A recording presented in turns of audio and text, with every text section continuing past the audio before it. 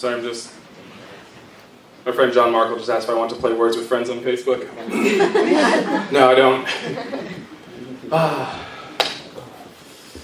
I love Facebook. Do you guys like Facebook? I really love it. Not love like how I love pizza, but like I really enjoy Facebook. I don't know. I just like it because isn't it great that we live in this world where you can actually track the amount of friends that you have? I love that. See, when I was younger, I used to have to actually like remember who my friends were and like what they were interested in. But now Facebook tells me. I get like status updates and all that. And I don't know if you guys think that same way. I really like that. And thank goodness for these birthday reminders. I would never know when people's birthdays are. I remember we used to have like our teachers would tell us. I'm like, oh, I didn't know. But like now, I get reminders when it's like everyone's Facebook, and you can like, when it's everyone's birthday, you can actually like appear like a good friend. Like, oh yeah, I remembered your birthday. But you really don't. Yeah. I got an email about Lance's birthday this week.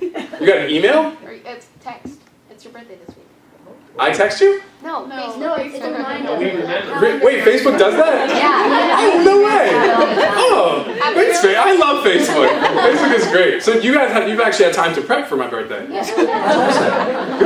Yeah, my birthday is later this week. It's on Friday. Friday. Yeah. But it's somebody else's birthday today in the room. If you guys will look in that direction over there, my dad. Give a wave, Dad.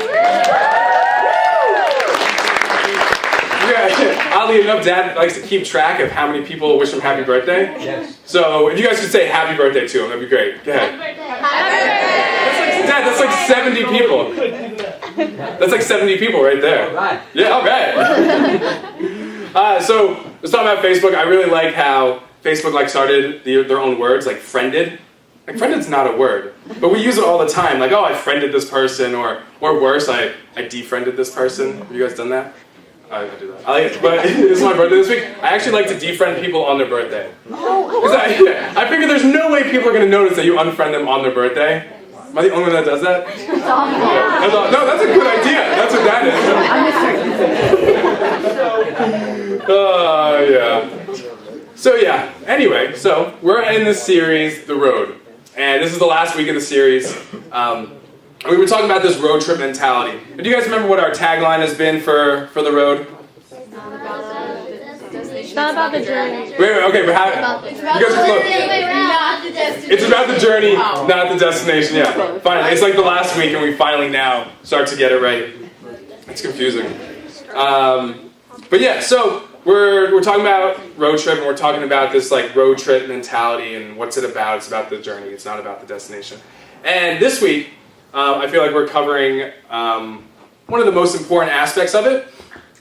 And we're talking about who's on that road trip with you. Like who you're taking along with you. Because I've done a whole bunch of road trips. And whenever I do road trips, whenever I start like the planning for them, my first thought is like, who's coming with me? You know, I never think about like, oh, I can't wait to do all those hours in the car by myself. Like, no, that's not a road trip. That's just like going somewhere. That's not a road trip. But when you like are taking someone with you, then it's like this adventure. It's like this fun thing. So we're talking about who is on that road trip with you, and we've kind of talked about it every week to some aspect. So going back 4 weeks ago, I opened up and I was talking about the Bible as our guidance, as our Bible is like our GPS, and how that can keep us on the right track and guide us on the right path if we actually read it and listen to it. Then Sarah, the week after, she was talking about how and why we should pray, using the Lord's Prayer as an example. So hopefully you guys now know the Lord's Prayer more now than you did then.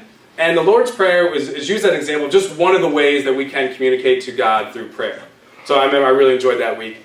Then we went to Winter Retreat, which obviously was a blast. I love that song. I've listened to that song literally 60 times since we got back from camp. I really liked it. It was a great moment at camp. Then, last week, we talked about detours. And Nate shared about how you think life is taking you in this one path, and all of a sudden it takes this dramatic turn. In this case, it's the dramatic turn back to Ohio. And it's like, that stinks, but we know that path for Nate and his family is leading still towards God. So like, we're not concerned about that or anything. But it's just about life and hitting these detours. And today we're going to have this awesome celebration, so that's going to be a really, really fun time. So, we're talking about relationships today, like who's in that car with you. And we're going to use this verse, or these verses, as our guide today. It's Hebrews 10:24 through 25. let us consider how we may spur one another on towards love and good deeds, not giving up meeting together, as some are in habit of doing, but encouraging one another, and all the more as you see the day approaching. So we're going to dive into different parts of this verse in the next 15 minutes. But first, just so we talk about the last part, all the more as you see the day approaching. The day that's approaching is when Jesus is coming back. That's what the author of Hebrews is referring to. So all the more as you see the day approaching is talking about the longer you live, the closer that is. So it gets more and more important. So don't give up meeting together, spur each other on towards love and good deeds. All right, so I was talking about the importance of people being with you on a road trip, because that's what makes it fun. That's what makes it enjoyable and worthwhile. But it's the same with your journey of life, and the same with the journey of faith. It's the people that you're with on your journey that not only make the enjoyment of the trip way more fun, but also can make you a better person by the end of it. It's the same with a road trip because you're spending a lot of time together. Same as your journey of life, right? So I want you guys all to think about, why are you friends with the people that you're friends with? Just think about that. Not like Facebook friends, like real actual friends. Like people that you spend time with. Why are you friends with them? Why do you want to spend time with them? When you're little, it's easy. It's literally the person that your parents just put you in the same room with. Right? It's like, here, play with this kid, and you're a kid, so you're just like, all right, here, we're in a sandbox, here's some sand. So just play together. That's when you're a little kid. But as you grow up, your standards for friends start to change a little bit, and you start to actually get to choose who you want to play with or who you want to spend time with. And instead of just playing with whoever's in the room, you get to look at a room and be like, okay, I want to play with that kid or whatever, And it's nice because it's still out of convenience. It's who you're in the room with, but you're looking around and you're like, that kid, he likes playing with blocks, and so do I, so let's be friends. So that's when you start using the term friends, because you start weeding through people to find people that you actually want to kind of hang out with. And that's when we first use that term friend, because you're starting to spend voluntary time with each other. You're starting to actually choose to spend time with someone. And then as you grow up, you start getting these interest groups, right? Some of you like acting, or some of you like soccer, or some of you guys like video games. And you start dividing yourselves up into interest groups, and that's probably where you become actual friends, right? Because you get to open up to people on a little bit of a deeper level for the first time. You get to tell stories about things that you're both interested in, and you get to complain about your coach or your teacher together. So you start knowing each other a little bit more, and you get to talk about things that actually matter for the first time. So my question is, even with that, are you really connecting with those people? Because with those friendships, it's also, it's so often that you're close simply because you're around each other a lot. It's out of convenience. You share the same study hall, or you're on the same soccer team, or you both like Xbox or One Direction. You have that common interest, right? But would you still reach out to that person if you didn't have those commonalities between you two? Does that make sense? Thinking about that. So there's another type of relationship, or friends, that Plato, you guys know Plato and Socrates, from way back then, they had the robes and stuff. He called them soulmates. But soulmates is weird in this culture, so we don't call them soulmates. We call them true friends or actual friends. And this is someone that they can leave for a long time, and you not even see each other, but the moment you're back together, it's you never left. Do you know what I mean? You guys have that? I hope you do. Maybe you don't have it as much because you're younger, so people probably haven't left all that much. But that's what that example is. I know I have relationships like that. But think about it, what kind of friendships or relationships do you guys have the most? So why do you like hanging out with those certain people? Think about your top 5 friends or whatever. Why do you probably the top 5 people you Snapchat the most? Because that actually ranks them too. Just found that out. But think about why do you like hanging out with them? Do they entertain you? Do they lift you up? Why? What's the connection? Or is it just something that you have between you two? So I have friends that I simply like being around just because they make me smile. Just because they make me laugh. I know when we get together, we're not going to dive into each other's life and get super deep with each other, but I know by the end my face is going to hurt from laughter. I like those friends, and they serve their purpose also. But the thing is, all of your types of friends all have some sort of purpose to them, and sometimes you just have to figure out what that is. But some of them, some friends you have are just there so you can open up to, or you have someone to talk to, or you have some friends that are there just to make you feel comfortable. And that doesn't seem like a big deal, but if you ever walked into a room and not known anyone, and you just like wish so bad there was someone that you could stand awkwardly next to and just like talk to, yeah, I have that like all the time. But it's just like, oh, I wish there was someone here to make me feel comfortable. But there's friends out there. I've noticed a lot in my life that like I'm not just exactly sure why people are in my life, but then I realize that they're there like at just the right time. I remember I had this friend that I didn't really know all that well, but we would talk sometimes like here and there, and then something happened where I got in trouble in high school, and it was like pretty big trouble or whatever, and I was not in like a good mood about it and all, and then talking to him like, yeah, this is what happened and all, and he's like, oh, well, something similar happened to me, and this is how I handled it.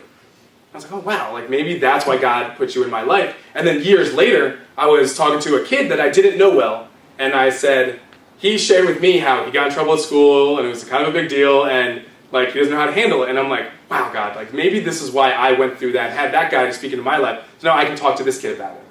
I was like, wow, it was awesome. It was just like this huge, huge encouragement. So even though sometimes we don't know why exactly that we're put in someone's life, or why they're put in our life, like God knows why.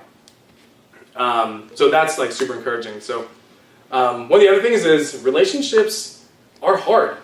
Relationships are hard to form. Like I remember having a conversation with Todd one day when like 8 months ago or something when he was in Atlanta, and or it was even longer than that because he was new to the area, and we were talking. And we're like, how do you ask a guy out? Like how do you ask a guy to be friends? Like because especially like I don't drink at all, so like that's like a normal like, hey, you want to go get some drinks or something? But like we didn't know how to do that, so like we spent like a lot of time on the phone. Like, what's the best way? I don't know. What is it?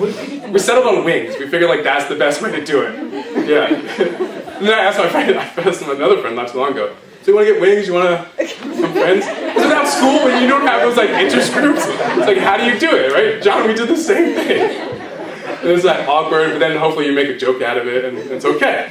So, but relationships are hard. It's not easy to get around people all the time because people are busy, right? Like, I got things to do. I have a job that I need to do, and I have all this stuff, like, other people that I need to hang out with. But in Hebrews 10, it says, don't give up meeting together, as some are in the habit of doing.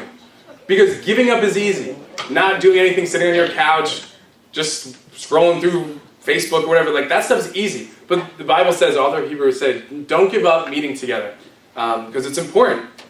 That's what you should make time for, because when you're around people, if you're around the right people, you're going to become a better person. And a quick side thing, if you're hanging out with someone and you don't leave them feeling better about yourself, you shouldn't be friends with them. Like, don't hang out with those people. Like, that's just, I hope you guys realize that. But if you leave a friend group and you actually feel worse about yourself, stop hanging out with those people because they're not your friends. You know? That's just a side thing. But that leads to one of my favorite verses in the Bible, Proverbs 27:17. And we spent a lot of time in this verse when we were up in Canada talking this past year. And it's, as iron sharpens iron, so does one man sharpen another. And I wrote it. It's great because this gives an actual clear visual of how, like, this gives a clear visual of what we need to do to make each other better, right? That's how you make knives and swords or any sharp objects, or rocks, right? Like sharper, you rub them against each other, right? You hit them against each other and you break away the dull pieces to make them sharper. And it's the same thing with people. I have this good friend, his name is Drew Ridley. Some of you guys know him. And when I first got to college, I was way more reserved than I am now. And I was certainly way more reserved than him. But he and I, we spent so much time together, and he's just this like outgoing character. Like when he walks in a room, you just know him. And he loved being on stage. He loved telling dramatic stories. He's Italian, so his hands are flying everywhere. So like he was just good at that kind of stuff. And me watching him and spending more time with him made me more confident in those areas.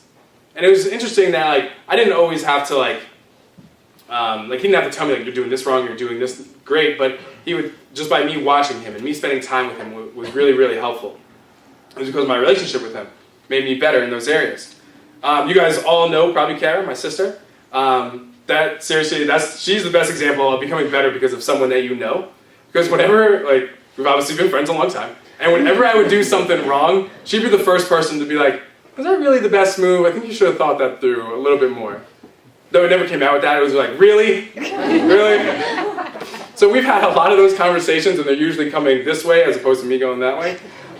But like my relationship with Kara is one of the things that makes me a better person. Because she was able to look at areas of my life that are like super dull, and she's like, let's work on that. And then, but in the same way, like her and Drew, they would look at my life, and when I would do something that's encouraging or something good, they would do that. So in the beginning, it says, spur one another on towards love and good deeds. And that's what they would do. So they would encourage me when I was doing something good, or when I was doing a good deed, and they would say, like, keep doing those things, like, and praising you for those things. So that's the kind of stuff that, that always has been a good feeling and continues to be a really good feeling. So have you guys noticed that who in this series we've been talking about, like, who we want you guys to spend more time with? God. Yeah, it's God. It's not a surprise. It's Jesus. Yeah, it's not us. It's not one of the leaders in the room. It's like we want you guys, not even like your parents. Like our whole purpose of this series is to get you guys to spend more time with Jesus. That's why we do it. That's why we do Elevate. That's why we do everything that we do. So I have a question for you guys. So if you guys will look at me, I have a question for each one of you. My question is, do you love Jesus? That's what we're talking about. That's what we're hoping like crazy that you guys have a relationship with. Is, do you love Jesus? Do you have a relationship with him? And the answer is yes. Everybody here has some sort of relationship with Jesus Christ. But it's like, what is that relationship? Is it just that like convenience relationship? Is it just where you show up here and for some reason Elevate is the only time that you talk to Jesus? Because if it is, there's no difference your relationship with Jesus than your relationship with one of the leaders here or something like that. It's just like, well, you're in the room, so let's talk Jesus. Or has he become like a common interest friend? Like, do you just hang out when you're at camp or you're at an Elevate event or like before you pray or something, like pray before you eat or go to bed? Like, it's just like a common interest thing. My hope is that he's the type of friend that you actually seek time with. And then when you leave time with Jesus, like from reading or praying, that you actually feel excited about it. You feel better after leaving it than you did going into it. So think about it, like, what is your relationship with Jesus? Like, do you love Jesus? And obviously don't answer, you don't have to say right now, because that's like, you don't want to like yell that out. But I know personally for me, like I've fallen into each one of those categories, right? Like in my life at different times. Like sometimes it would just be like, all right, it's Sunday, what's up, Jesus? How's your week?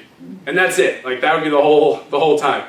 But and then other times come like common interest friends or whatever. But it's difficult, and I work at a church. Like I spend my time in the Bible a lot, but it's still hard always to like seek after him and like really want to get time with him, because friendships are hard to maintain. They are. When you're not exposed to that person every single day, like friendships are hard to maintain. Or worse, do you ever have it where you feel like you may be like on the outs with God? Like there's tension between you two, and you're not even exactly sure why, or you feel guilty because of maybe something that you've done. You think maybe like Jesus is like mad or disappointed at you, or you just haven't talked to him for a while. Like I have this one friend that like if we go too long without talking, we almost get like resentful towards each other, and I don't know why, but it still happens. Like if we don't talk to each other, we feel like, oh, well, maybe they're disappointed, or maybe they're mad at us or each other or something like that. But then we see each other and we're like, oh, there's nothing weird here. It's just we haven't spoken for a while. And I know that can happen with people in Jesus. They'll say, oh, well, I haven't talked to him in a month or a week or whatever, so maybe I have to like ease my way back into it, But no, God wants to get back into it. He wants to be that like true friend example. Like as soon as you're back together, you guys are back together. So why is it that you come to church? Think about it. Like I know some of you guys are just forced to come, and down here is more fun than it's upstairs. I get it. But like think about it. Like why is it that you really enjoy coming? Is it because you have like people here that are fun, or you have people here that you have similar interests with? I'm not saying any of those reasons are wrong. If that gets you in the room, that's a victory. Like, I'm happy about that. But, like, think about it. Like, if we just come to church just to listen to the speaker or whatever it is up here and listen to the music and play a game, we're literally using church for, like, the least amount possible. You're doing, like, the bare minimum stuff for a church. And God doesn't want us to just attend church. He doesn't want us to just show up to church. He wants us to belong to a church. There's a big difference. Like, just attending, anyone can just attend. Like, we don't give, like Sarah's not in the back like keeping track of everyone's attendance. She's not looking like, oh, Cinnamon Bun's here this week, or like Calvin's not here this week, and like we're keeping track and we're going to send you guys emails like where you been or something like that. Like we may miss you, but we're not like keeping track. There's no like record or anything like that. But that's just attending church. That's just going through the motions of church. But belonging to a church is something totally different. Belonging to a church is where you're like engaged, and like you're engaged in the speaker, you're engaged in worship. You're using worship as like an actual time of worship. Not just like singing because we like the song, but like you're using that time to reflect on God. So why is it that you come to church? Later on in the verse in Hebrews, it says, but encourage one another. And I love that because I love encouragement.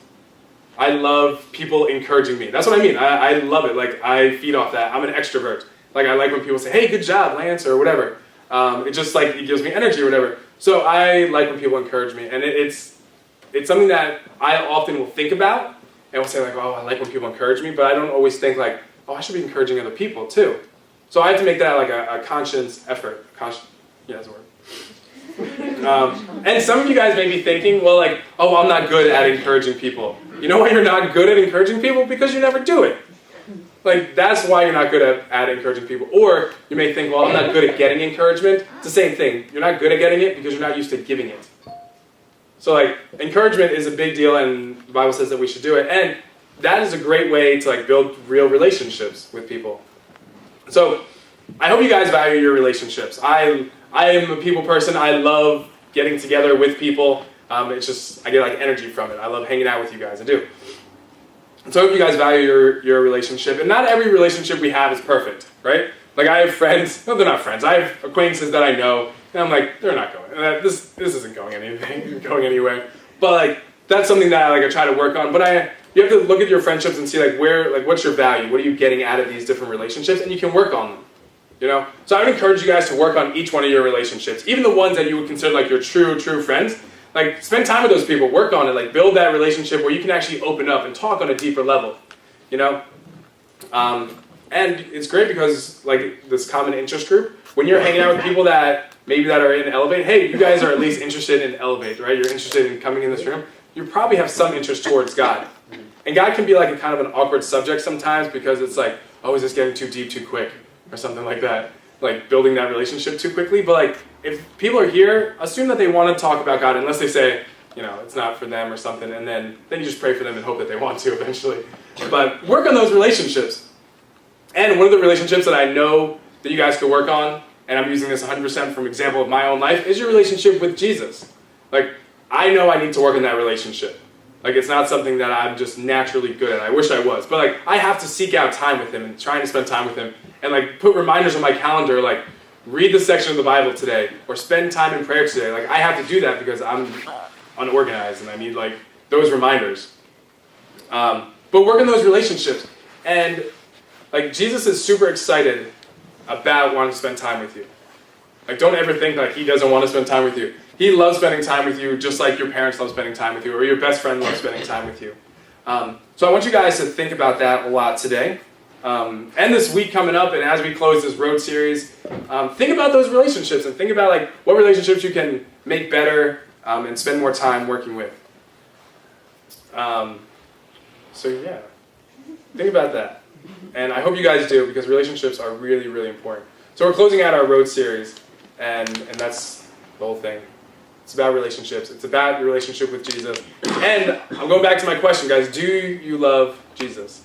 I want you guys to focus on that today. All right, so if you guys will bow your heads with me, we will pray. Heavenly Father, thank you so much for being a good God. And thank you for making us relational beings, Lord. Thank you for putting people in our lives that we can encourage and that can encourage us and just make us a better people. And just thank you for just being so good to us, Lord. And be with us throughout this week, and just let it be a constant reminder that you're there, and we appreciate everything you're doing, and we love you for it. And we pray. Amen. All right. Love you guys.